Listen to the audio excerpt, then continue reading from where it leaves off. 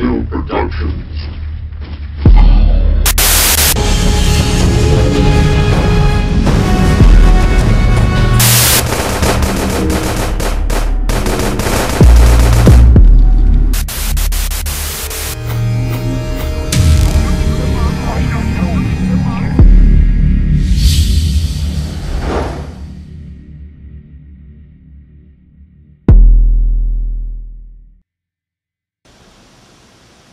What's up, everybody? Welcome back. Streebo from Mutantville.com here. I've just come out of an advanced screening of George A. Romero's latest zombie opus, Survival of the Dead. It's playing here at the Carolina Theater in Durham, North Carolina, almost 2 full months before its official theatrical release on May 28th. Now, I've got to say, I really enjoyed it. I'm going to try to give you a very brief review.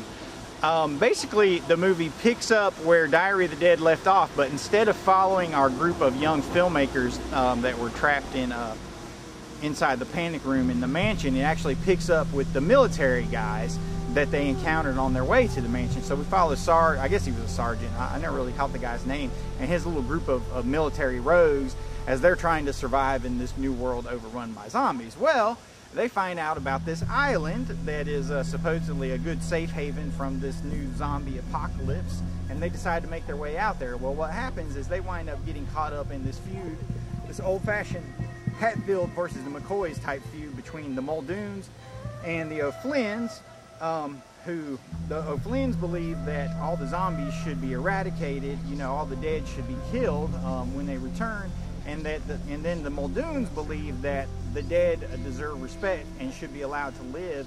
And throughout the course of the story, they try to find an alternative method of feeding the zombies to see if they can find a way, you know, to kind of as sort of a solution to the zombie apocalypse. Because if they can convince them to eat something other than humans, then, you know, they think the problem will be solved.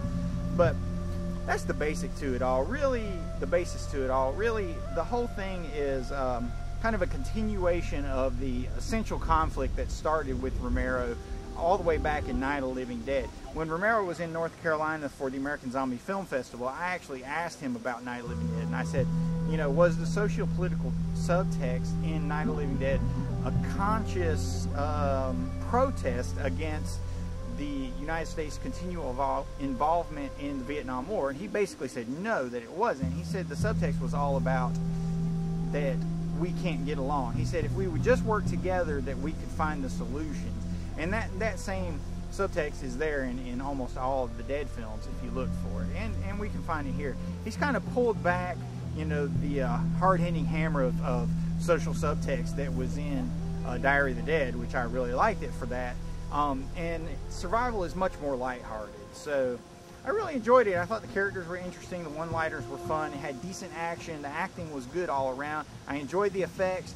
There were a lot of CGI effects in it, okay? So people that are not fans of CGI are probably going to say, oh, it sucks because of CGI. But, you know, if you can forgive those things and kind of go with it, because, guys, CGI is prevalent now, it's just something we have to deal with, then there's a lot of things to enjoy in it. If we run down the Streebo slasher stats, let's see, we have multiple heads on pikes. We've got zombie heads getting blown off, you know, headshots left and right. Lots of gun wounds. Zombies getting stabbed with forks.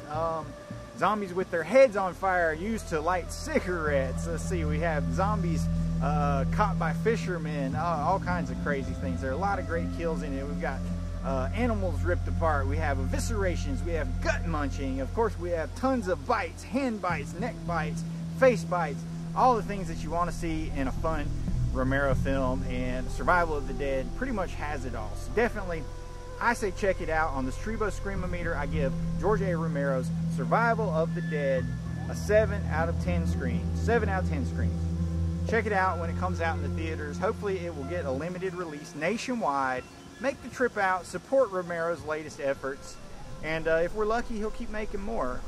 You know, a lot of people say, why doesn't he make something other than a zombie film?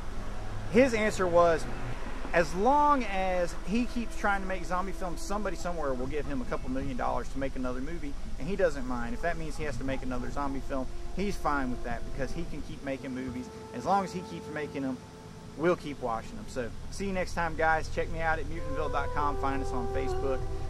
Find our fan page for Ghosts, for Devil Comes Down, Streebo's Magic Friends for all your horror information that you need. And we'll see you next time at the movies.